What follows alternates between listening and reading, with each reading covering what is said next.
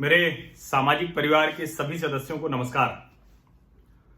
अमेरिकी राष्ट्रपति Donald Trump और उनकी पत्नी जो फर्स्ट लेडी ऑफ अमेरिका हैं, मेलानिया ट्रंप, उन दोनों को चाइनीज वायरस ने संक्रमित कर दिया है और हम ईश्वर से प्रार्थना करते हैं कि जल्द से जल्द वो स्वस्थ हों।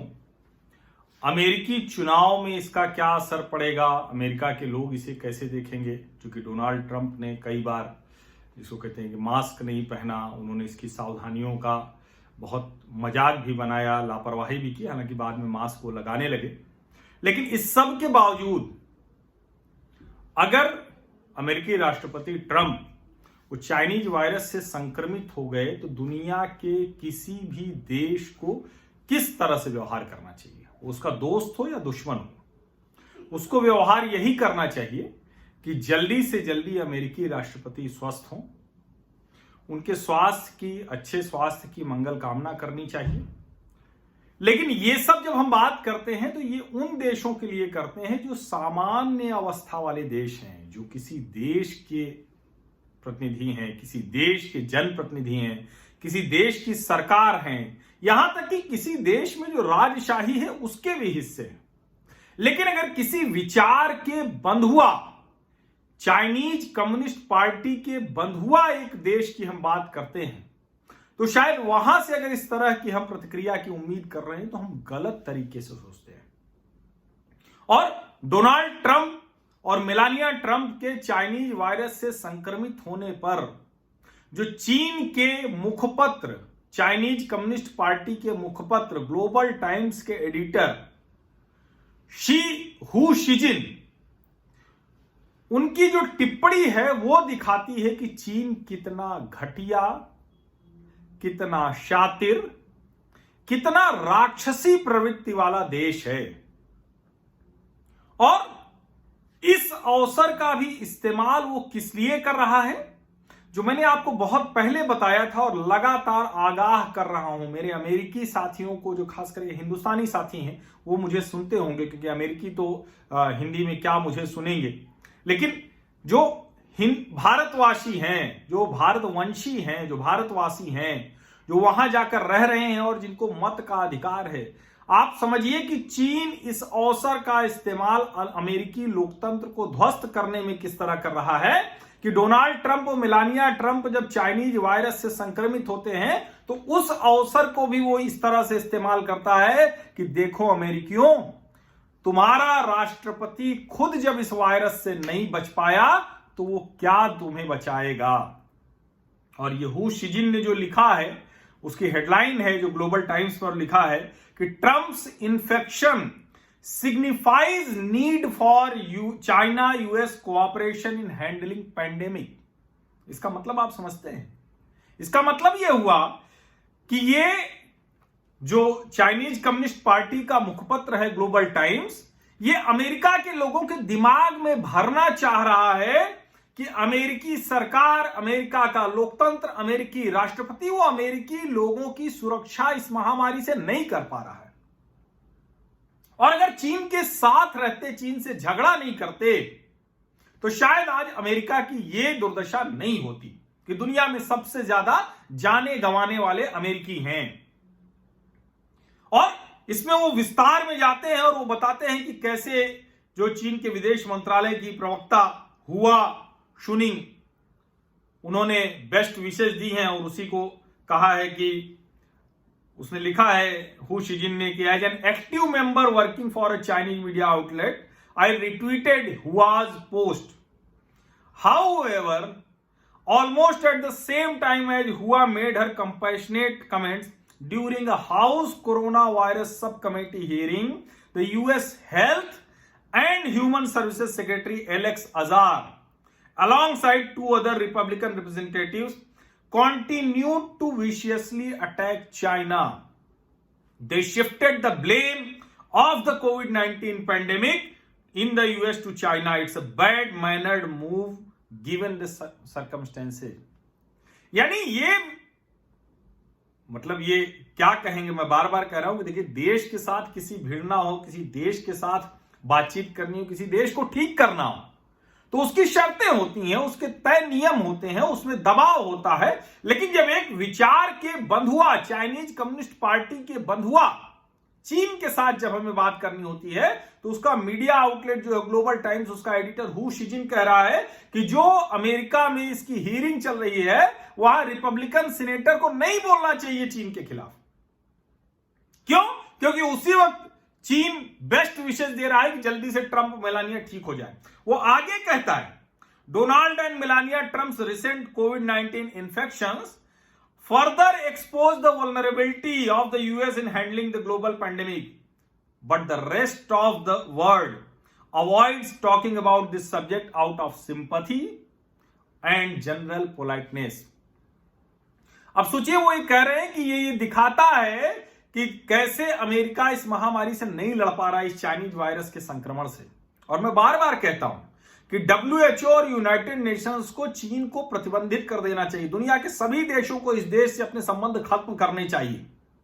अगर महामारी से निपटने का, इस वायरस से निपटने का पक्का कोई तरीका चीन को पता है, तो दुनिया को क्यों नहीं पता होना चाहिए? पहले वुहान से दुनिया में गया, तो वुहान तो वैसे ही इस नरसंहार का जिम्मेदार है। लेकिन क्या होगा, हमारे विदेश में तो द हिंदू पूरे पेज का विज्ञापन लेके बताता है कि कैसे कोविड-19 से क्या शानदार तरीके से चीन लड़ा। दुनिया भर में ऐसे मीडिया आउटलेट्स हैं, पत्रकार हैं, जासूसी कर रहे हैं, उसके लिए प्रोपेगेंडा बढ़ा रहे हैं, उसके पैसे पे काम कर रहे हैं। भारत में भी ऐसे जासूस पकड़े गए, पत्रकार जासूस पकड़े जा रहे हैं। और इस अवसर का भी इस्तेमाल उठा के वो कह रहा है, हू शिजिन जो ग्लोबल टाइम्स का एडिटर है, चाइनीज कम्युनिस्ट पार्टी के मुख्य पत्रकार, कि देखिए ये दिखा रहा है बोरिस जॉनसन को भी हो गया। और दुनिया में जब ये वायरस है, ये संक्रमण है, तो किसी को हो सकता है।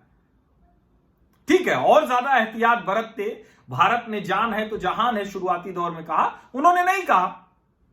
उन्होंने इकोनॉमिक्स को लाइफ से ऊपर रखा। ये उनका अपना सोचने का तरीका था। हम आलोचना कर सकते हैं कि डोनाल्ड ट्रंप एडमिनिस्ट्रेशन की जो लापरवाही थी, जो ठीक से उन्होंने नहीं कहा, जो एहतियात बरतने थे, नहीं किया।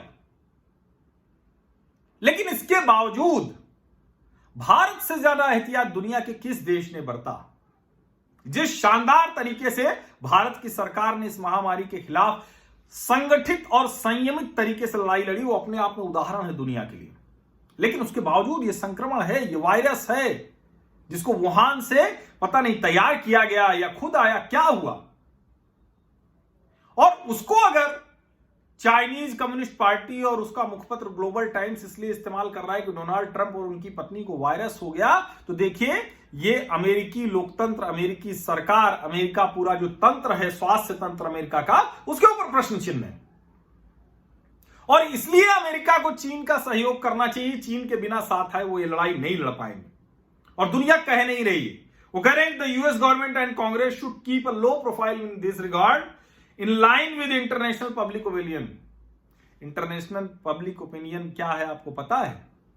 दुनिया भर में चाइनीज कम्युनिस्ट पार्टी की वजह से चीन से लोगों को घृणा होने लगी। ये अच्छी बात नहीं है ये किसी भी देश के लिए। और मैं बार बार कहता हूं कि चीन के नागरिक तो खुद बंधक हैं, उनका शिकार हैं। और आप कह रहे हैं कि इंटरनेशनल पब्लिक ओपिनियन क्या है? और ये जिस तरह से बता रहे हैं, देखिए आगे वो क्या कहते हैं, China and US should seek to cooperatively handle the global pandemic. It would benefit both the US as it still struggles with the pandemic as well as the rest of the world.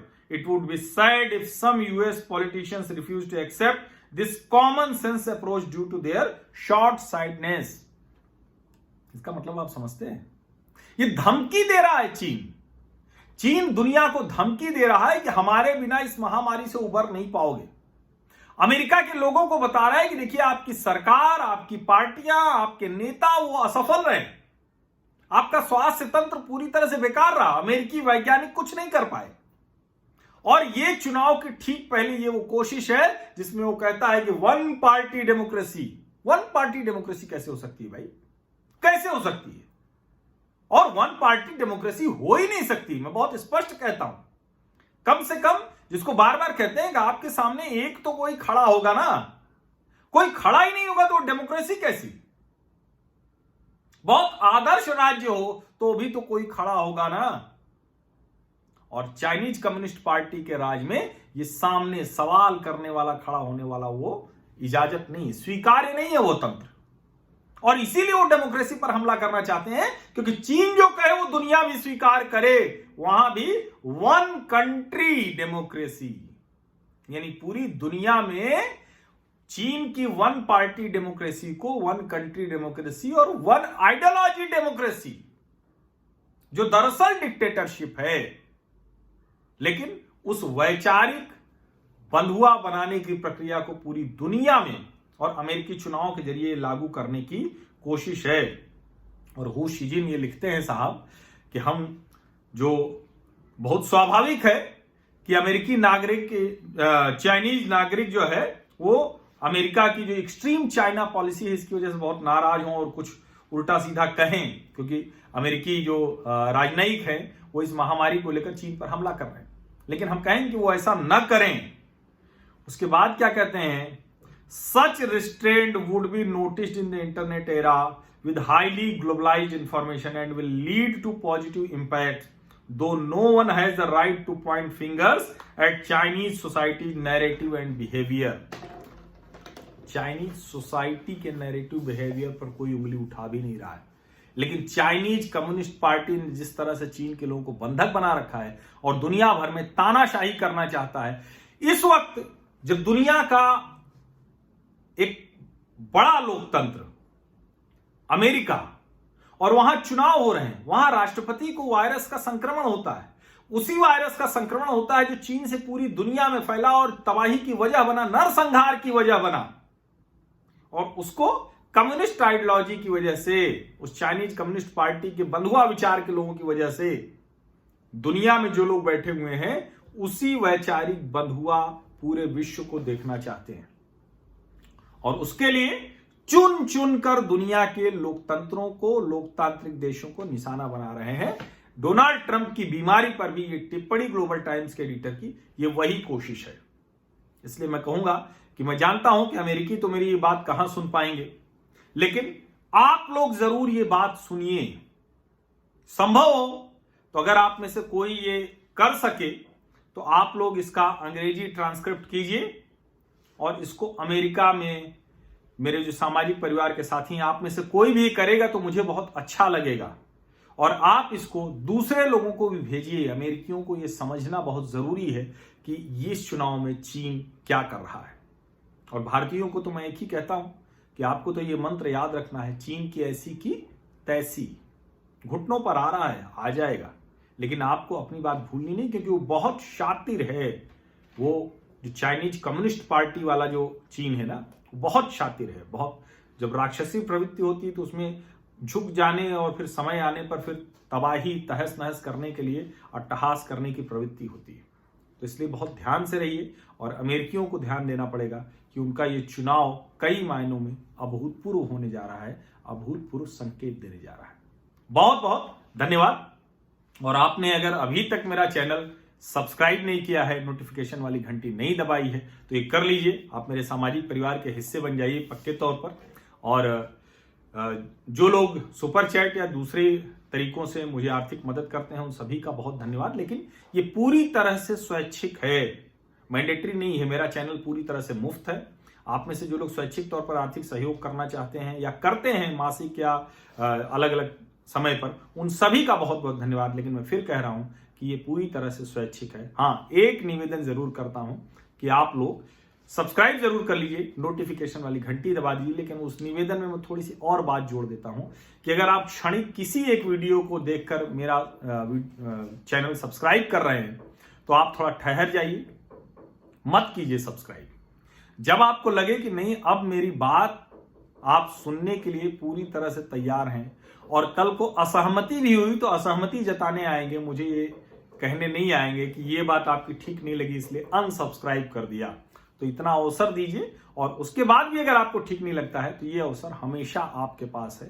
सामाजिक परिवार है तो उसमें सहमति असहमति की गुंजाइश हमेशा बनी रहेगी। बहुत बहुत धन्यवाद।